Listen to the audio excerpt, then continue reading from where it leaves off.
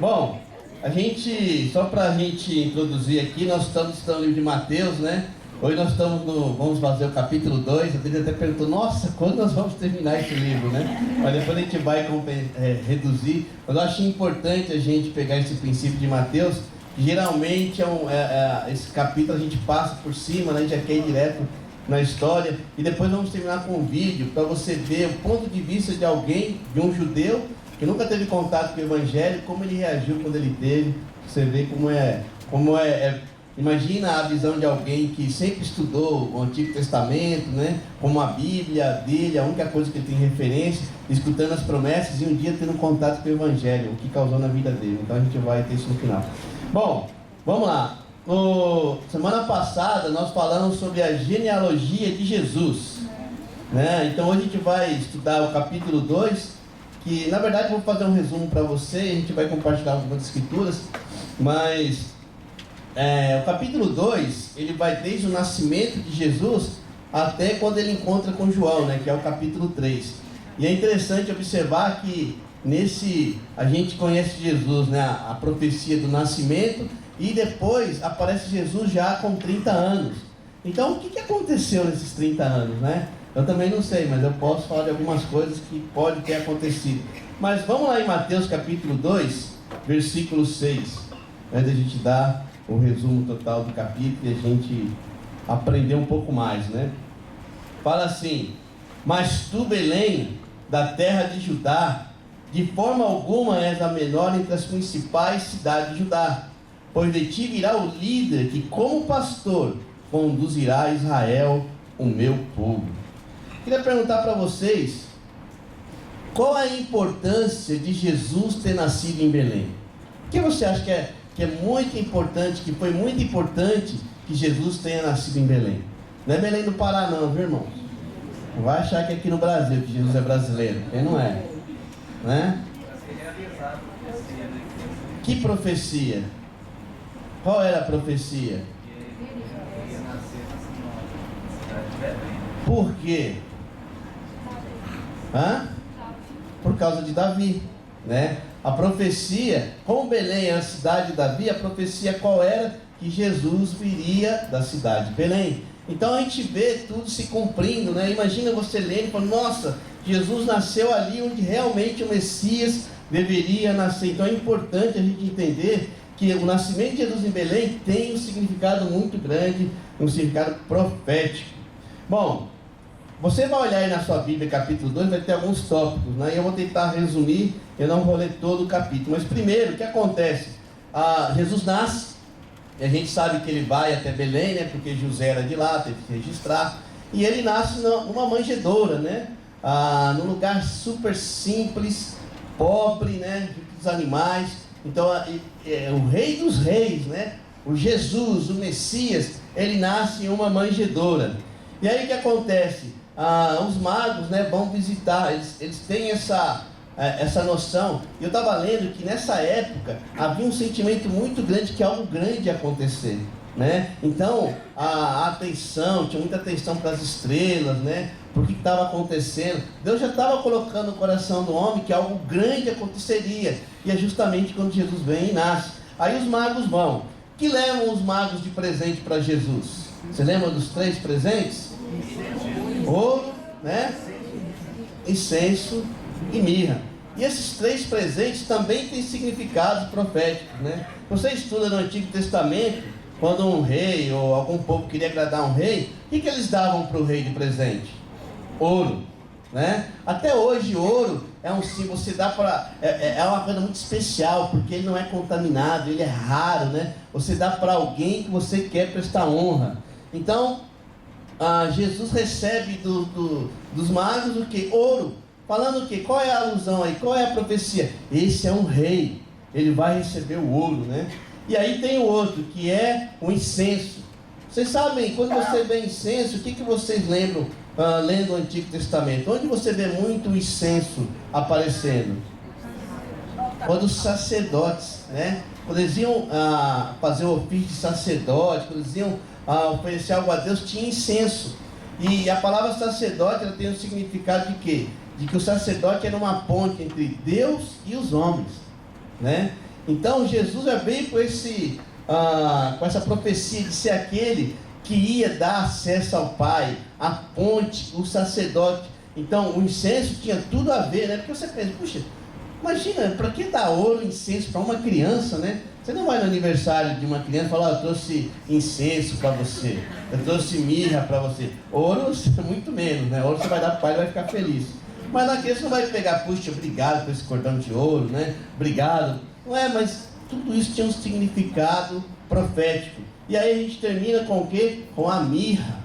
Vocês lendo a Bíblia, a mirra te remete a alguma coisa? Vocês conseguem pensar? Isso talvez seja um pouquinho mais difícil. Onde a mirra era aplicada? Vocês lembram? Para passar nos corpos, né? Para que não tenha um cheiro ruim. Então alguém morria, era embalsamado e se passava a mirra. E também é um significado profético que Jesus, esse menino, ele era rei, ele era o sacerdote, mas ele ia ser sacrificado, ele ia morrer. Então tudo que a gente lê, irmão, imagina você lendo isso, a história de Jesus, isso vai nos remeter a quem? Ao Messias. E esses magos já sabiam que isso ia acontecer, né? Então esses presentes têm um significado, né? Aí entra um outro personagem que é Herodes. Falam assim, os magos vão para Herodes, falam, Herodes, vai nascer o Messias, o rei dos reis. E aí, Herodes ficou feliz com essa notícia? Não, ele falou, peraí, rei dos reis, ele vai ser então rei, e o rei sou eu não quero perder meu trabalho, né? Eu não quero perder os privilégios que eu tenho, eu mando em todo mundo, eu mando matar quem eu quero. Ele era um homem muito violento, né? Se falava que era melhor ser porco de Herodes do que filho de Herodes, porque ele não tinha misericórdia, ele mandava matar filho, qualquer um que ameaçasse o reino dele. Então, com essa natureza, você entende por que ele manda matar as crianças. Quando ele percebe que os magos, né, que ele é esperto, ele fala, não, vai lá, mostra, vai procurar onde está a criança e me avisa, porque eu quero ir lá adorar. Não era verdade, ele queria lá eliminar a criança, né? Então, os magos são avisados, né? E eles dão tomé lá no Herodes. O que Herodes faz? Fica bravo, nervoso. Então ele decide o quê? Bom, eu vou dar um jeito nisso. Ele decide matar todas as crianças de Belém com menos de 2 anos. De 2 anos para baixo. E aí também tem um significado profético que vocês podem encontrar aí no livro. E aí Jesus, a família dele muda, né? Sai de lá, foge de Herodes. E aí quando Herodes morre, eles voltam para Nazaré. E aí Jesus é criado, né? E também Nazaré tem um significado importante profético. Por quê? O que falavam as profecias sobre o Messias? Que ia nascer em Belém e seria conhecido como o quê? O Nazareno. Por isso ele é criado, né, em Nazaré. Então quando você olha tudo isso, é incrível, né, como Deus está trabalhando, como as profecias estão se cumprindo, como o universo está caminhando para o objetivo final, que é fazer a vontade de Deus sempre. E isso tem que nos animar e nos encorajar. E aí então, passa toda essa situação, e aí você vai lá no capítulo 3 e fala quando Jesus encontra com João. Só que ele encontra o quê? Grande, né? Poucas referências nós temos, já tem 30 anos aí, poucas referências nós temos de Jesus como criança. Uma vez ele foi no templo, quando tinha 11, 12 anos, mas não fala mais nada, né? A gente não sabe. Então você pensa Jesus nascendo como judeu e seguindo as leis e as tradições de um judeu. Jesus primeiro era o primogênito. Quando você lê na Bíblia sobre as bodas de Caná, né? O que acontece lá? Quem está nessa boda de Caná, onde é o primeiro milagre de Jesus?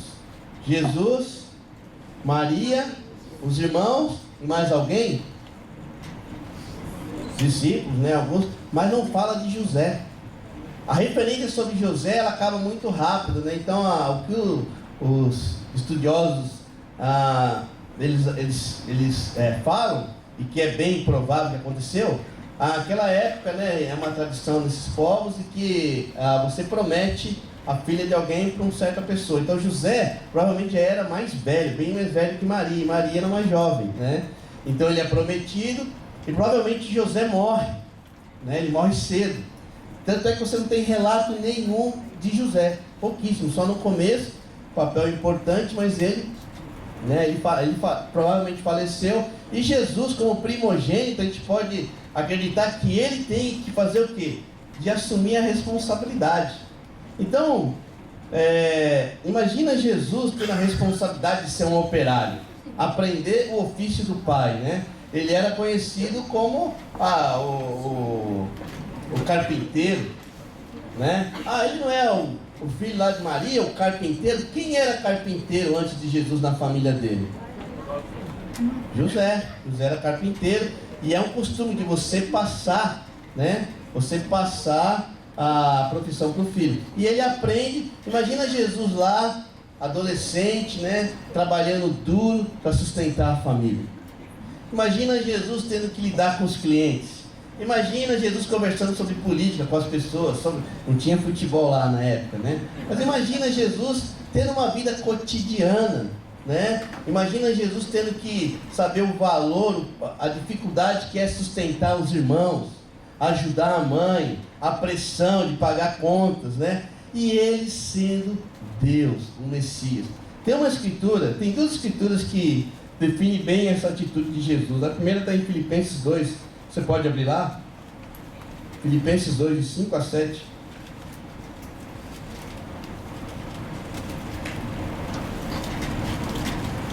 E eu acho que se você entende, né, tentar colocar no lugar de Paulo escrevendo isso, como o coração dele estava, ele fala assim, ó: seja a atitude de vocês a mesma de Cristo Jesus, que embora sendo Deus, não considerou que ser igual a Deus era algo que devia apegar-se, mas esvaziou-se a si mesmo, vindo a ser servo, tornando-se semelhante aos homens. Imagina Paulo escrevendo: olha, eu sei da história de Jesus. Ele, ainda quando criança, ele não deixou de ser Deus. Ele sabia quem ele era desde o seu nascimento, as profecias estavam lá. Ele sabia. Imagina Maria contando: olha, você sabe como foi o seu nascimento? Muitas vezes você como filho pergunta: como que é a minha história? Imagina Maria contando a história de Jesus. Ela veio um anjo, falou com seu pai: eu fiquei grávida do Espírito Santo, você veio do Espírito Santo, você é o Filho de Deus. E ele sabendo e tendo todas essas confirmações, imagina na hora lá do aperto, ele: eu quero usar o meu poder aqui, podendo transformar pedra em pão. E olha, pão naquela época não é igual aqui. Tá caro o pãozinho, né? Mas você ainda compra. Pão era importante, era comida, era escasso. Imagina Jesus vendo os irmãos, a dificuldade das pessoas, vendo as pessoas sofrendo e podendo fazer muitas coisas, se esvaziando, para saber como é o ser humano, como ele vive, quais são as aflições. Ele não teve uma vida protegida. Você não vê quando fala lá da rainha Elizabeth, lá na Inglaterra, né? O reizinho lá que nasceu, trocou a roupinha. A roupinha azul do rei. Ele deu um sorrisinho hoje. Ele saiu com o papai. Olha, Jesus não teve esses holofotes. Não teve essa proteção. Era mais um na multidão, sendo Deus. Então eu imagino Paulo quando escreve: olha, Jesus, eu sei da história dele. Rapaz, ele era carpinteiro, ele se submeteu, sofreu, trabalhou para entender o que a gente sente, para ser o Salvador perfeito, o sacrifício perfeito, sabe? Isso tem que causar em nós, irmãos, uma admiração, sabe? Uma adoração a Deus pelo que ele fez, o que ele é, o interesse que Jesus teve de ser como nós em tudo. Você acha que Jesus não teve que estudar? Você que reclama de estudar, você acha que Jesus não teve que estudar? Você acha que ele não tinha que aprender da lei? Você acha que ele não tinha que ser um exemplo? Você acha que era fácil para ele acordar cedo, trabalhar, estudar? Jesus viveu tudo aquilo que um homem comum vive, para poder saber ser o nosso Salvador, para poder interceder por nós. Isso te gera a mesma gratidão que Paulo fala: olha, tenhamos a atitude de Jesus. Ele deixou tudo, ele se esvaziou. Irmãos, como é ridículo quando nós somos orgulhosos, né? Quando nós não queremos abrir mão de nossas opiniões, quando nós defendemos as coisas, mesmo sabendo que está errado. Como nós somos ridículos quando somos duros diante da palavra de Deus. Olha Jesus, a atitude que Paulo espera de nós. Ele fala: seja como Jesus, que se esvaziou, abriu mão. Ele deixou de ser Deus. Ele não se apegou a isso. Nós nos apegamos a tantas coisinhas. Jesus não se apegou a ser como Deus, para poder nos salvar. Uma outra escritura também que define muito a atitude de Jesus está em Jó, capítulo 10, versículo 4 a 5. Jó.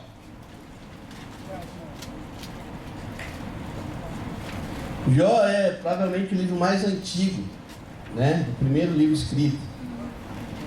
Ainda que aí na Bíblia está antes de Salmos. E olha Jó, né, na aflição. A gente sabe da história de Jó, que estava sofrendo. Ele era fiel a Deus, mas chega uma hora que ele começa a questionar Deus.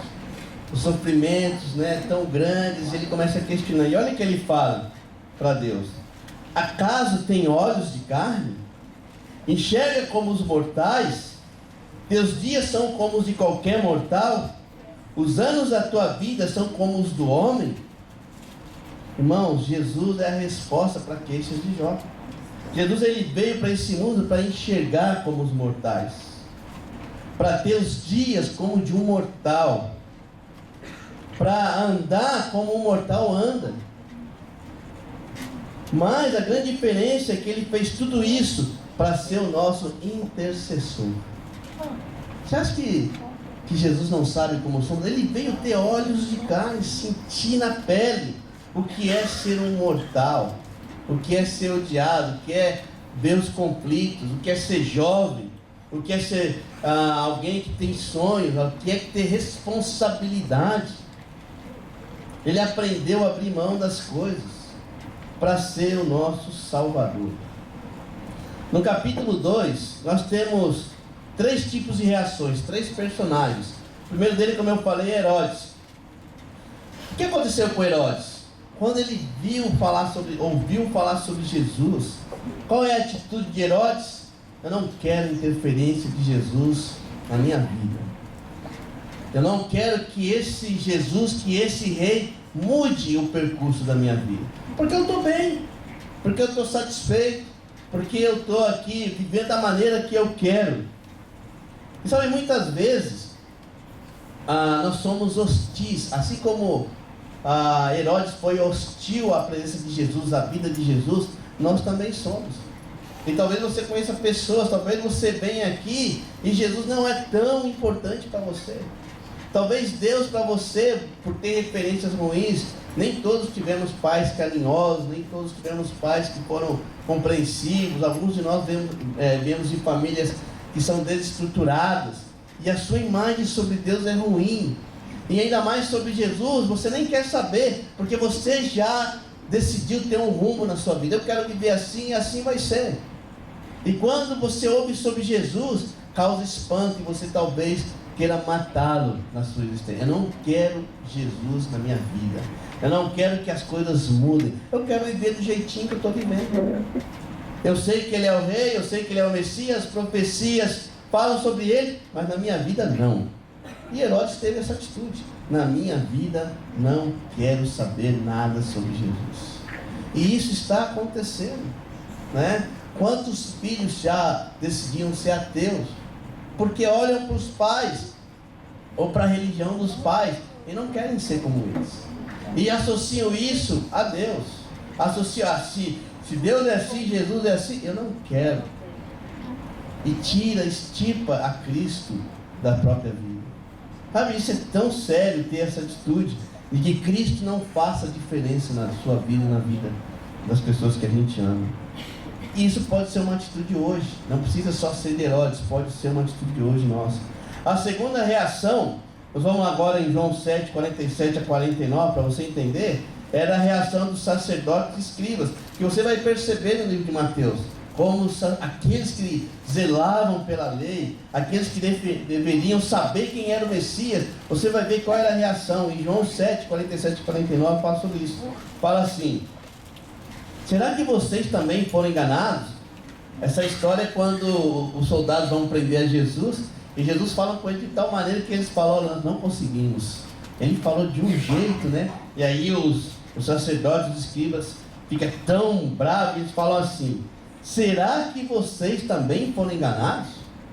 Perguntaram os fariseus: por acaso alguém das autoridades ou dos fariseus creu nele? Não, mas essa ralé que nada entende da lei é maldita. Olha só, eles têm, e uma das coisas que eles debatem lá, eles falam assim, olha, o Messias, ele nem vem de Nazaré, ele nem vem da Galileia, porque eles achavam que Jesus tinha nascido na Galileia, eu sei lá, havia uma confusão. Mas por que eles tinham uma visão tão deturpada sobre Jesus? Por que eles não entendiam? Porque simplesmente não tiveram a curiosidade de conhecer Jesus. Quem é Jesus? Mas por que ele falou essas coisas? Por que muitas pessoas seguem? Por que é tão falado? Não teve a curiosidade, não teve o interesse. Sabe, talvez hoje você possa ser assim, você sabe quem é Jesus, já viu filmes, aprendeu um pouquinho na igreja, mas você não tem um interesse profundo de conhecer quem é Jesus. E isso não vai causar diferença, porque você não o conhece profundamente. Você não lê a Bíblia talvez você... Eu lembro, eu achava, não, a Bíblia é um livro sagrado, é o livro de Deus. Mas você lê? Não.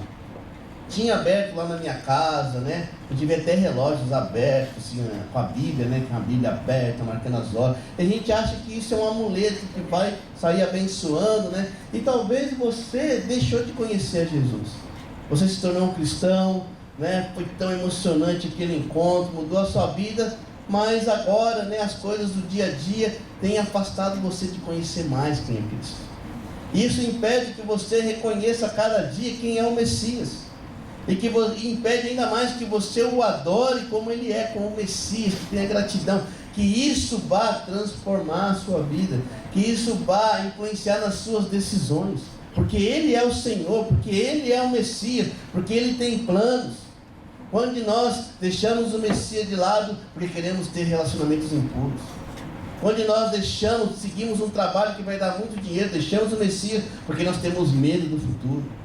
Quando nós estamos trabalhando como loucos e deixando de ensinar aos nossos filhos quem é o Messias, porque nós queremos que eles tenham boa educação.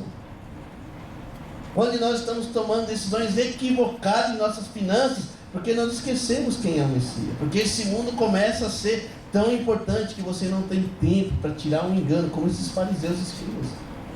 Sabe, você que é jovem, né, muitos aqui, você vai na escola e ninguém conhece o Messias. A grande maioria não conhece. Fala sobre, eu não vou ter uma namoradinha aqui, eu não vou pegar uma menina ali, um menino ali, porque o Messias me ensinou que isso não é bom. Porque os ensinamentos de Jesus falam para respeitar o homem e a mulher. Porque nos ensinamentos de Jesus tem um ensinamento sobre o casamento. Você vai ser motivo de piadinha. Aí você decide, quem vai ser o meu Messias? O Jesus ou meus amigos? O que é mais importante, o que o Messias ensinou ou o que esse mundo quer nos ensinar? E você pode ver uma vida agradando pessoas, ao contrário de agradar o Messias, sendo ignorante no ensino do Messias. Sabe, Jesus é o Messias para você hoje? Jesus é aquele que te transforma, que te dá esperança, é o seu Salvador. Na hora final não vai ter nenhum outro a não ser o Messias para te resgatar. E a última, antes do nosso vídeo, já prepara o vídeo aí, Denise, por favor. É a atitude dos magos, né? E se você pensa na atitude dos magos, qual é a atitude? Reverência, adoração. Sabe, irmãos, quando nós temos adorado a Cristo como nosso Messias, quando nós temos prestado reverência a Ele, de manhã, nos seus pensamentos, no dia a dia, sabe, dado presente, né? Olha, quando a gente chega aqui e fala, canta, que graças a Jesus nós temos acesso ao coração de Deus. Nós, um povo que nem éramos povo de Deus, nós cheios de pecado, simplesmente Jesus nos deu acesso ao Pai. Você pode chamar Deus de Pai por causa de Jesus. Olha a atitude dos magos, eles adoraram. Sabe o que o Eduardo falou? É muito importante a gente adorar a Deus e não as obras que Deus fez. Deus está sobre tudo e sobre todos. Nós cantamos, é por Ele e para Ele. Sabe, nós andamos como pessoas que adoram o Messias, que veneram o Filho de Deus, que se ajoelham, que têm gratidão. Sabe, que olha a Escritura e fala, que incrível, eu posso viver isso, graças ao Messias. Ele é o meu Senhor e Salvador. Quando alguém é batizado nessa igreja, ele confessa a fé. Eu acredito que Jesus é o Filho de Deus. Eu acredito que Ele está sentado ao lado de Deus. Eu acredito que Ele ressuscitou dos mortos. Eu acredito que Ele vai voltar. Mas aí a gente fala, uau, isso é muito bom. Mas a parte que mais nos toca, qual é? Qual é a sua boa confissão, então? Jesus é o meu Senhor. Um ato de adoração. Ele, a partir desse momento, é Senhor da minha vida. Jesus não quer pessoas que saibam o que Ele fez, que entendam os ensinamentos, mas que não tenham Ele como Senhor. Você pode vir na igreja, você pode conhecer muito sobre Jesus, mas Ele é Senhor da sua vida. Ou talvez você está conhecendo, esse é o que Ele espera, que Ele seja Senhor da sua vida. Ele quer ser o seu Messias. Não adianta ter todas as profecias se nós não estamos adorando e reconhecendo Jesus como nosso Messias, nosso Senhor e nosso Salvador. Eu vou terminar com uma escritura que está em Mateus 1, versículo 21, e aí vamos passar o vídeo. Fala assim: Ele dará à luz um filho, ela dará à luz um filho, e você deverá dar-lhe o nome de Jesus, porque Ele salvará o seu povo dos seus pecados. Jesus não veio nos condenar, Ele veio nos salvar. Espero que você aprecie, lendo o capítulo 1, capítulo 2, vendo o que Deus tem feito para resgatar nossas almas. Mas não importa o seu passado, não importa a sua história, Jesus é o Messias. Ele é o Salvador, Ele foi adorado, reconhecido na época e até hoje. Que isso não apague nossos corações. Numa época de tantos falsos ídolos, de tantos senhores, de tanta gente querendo dominar a nossa vida, lembra que Jesus é o Messias e que Ele veio nos salvar dos pecados. Quero que você pense nesse vídeo que eu vou passar agora, ele é curtinho. Então presta atenção, por que eu escolhi esse vídeo? Tudo bem, a gente sabe, né? A gente conhece um pouco mais sobre Jesus, a nossa cultura, ela sempre tem, desde o Natal, o nascimento de Jesus, então não é tão diferente, né? O Evangelho e tal, você tem a Bíblia completa, mas imagina um judeu, que a única Bíblia que ele tem é o Antigo Testamento, lendo sobre as promessas de um Messias. Imagina um dia ele tendo a curiosidade e ele lendo sobre isso e o que isso causou na vida dele. Então presta atenção para você entender como é importante. Quando Mateus fala para os judeus, eu falei semana passada, de um Messias, como isso é real, como alguém que não tem uma influência de religião, né, apenas um judeu, que a gente sabe que o judeu ele tem as convicções muito fortes, como isso causa impacto e que isso possa inspirar. Então vamos lá. Here's what you need to do. You've got to first shave your head. You dress all in black. You've got to wear a white robe, eat only kosher foods. You've got to become a vegetarian. You face Jerusalem. You've got to face India when you pray. You pray only in Hebrew, and you grow a nice big beard. And if you do all of those outward cultural things, you'll discover the God of the universe. And I'm thinking, this is crazy that someone thinks that they can force their culture on God, and that God's going to be impressed by what you wear, what direction you face when you pray, what you eat, and all these sorts of things. It seemed to me that if there was a God out there who could be known, He should be able to be recognized no matter where I face, no matter how I'm dressed, because He's God. Growing up, we always understood that we had our Bible and the Gentiles had their Bible, the New Testament, and that they were two completely separate books.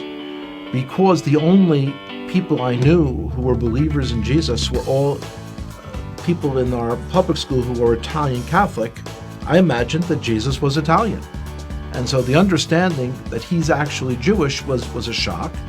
And then to hear that the New Testament was written by Jews, I couldn't believe it.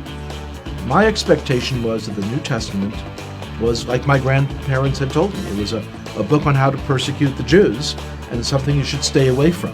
Of course, when you're told you should stay away from something, curiosity gets the best of you and you've got to see it. When I opened the New Testament, I was expecting to find a handbook on how to persecute the Jews. My grandparents had warned me that it was written by people who killed the Jews.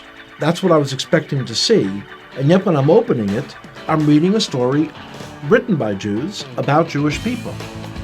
The New Testament was a fascinating book. And so as I opened this book in the library, I kind of looked around, made sure that none of my friends had seen me taking a Christian Bible off the shelf. And I open it, here's the first sentence. It says, "This is the genealogy of Jesus the Messiah, the son of David, the son of Abraham." So 3 people are mentioned, and they're all Jewish. I was very shocked. And as I continued to read, I'm reading the story of a Jewish man who was born in a Jewish village, in a Jewish country, and one day walks into a synagogue and announces that he is the Messiah. The more I read the words of Jesus, the more I became attracted to him. It was as beautiful as anything I had ever read in any other part of the Bible. As I came to faith that Yeshua, that Jesus was the Messiah, it was clear that that was the most Jewish thing I could do. This is not a person who's a renegade to our people. This is the one who was promised in our Bible, the 53rd chapter of Isaiah. It is astonishing. If you would just read that chapter, just without the Bible being around it, you would say, oh, this is some Christian Bible. This is Jesus. When you realize, though, that it's in the middle of our Bible, our Jewish Bible. When I first came to faith, I dared not tell my father, because this is a time period in the 1970s when there were lots of gurus and cults, and he was very concerned about me getting involved in some crazy sect and going off someplace. So I waited for months, and when I finally told him, he was very skeptical. On his own then, he started to read about Jesus as well. About a year and a half later, I told him that the fellow who wrote one of the books that he had read, that this fellow was giving a lecture in the city of New York. And he agreed to come out to hear that person. And one of the most amazing moments of my life was the speaker said, "Would everyone here who is a Jewish believer in Jesus, would you raise your hand?" And I raised my hand. My father also raised his hand. And I looked over and I said, "Pop," he didn't say would all the Jews raise their hand. He said, would all the Jewish believers in Jesus raise their hand? And my father looked over and he said, yes, I heard what he said.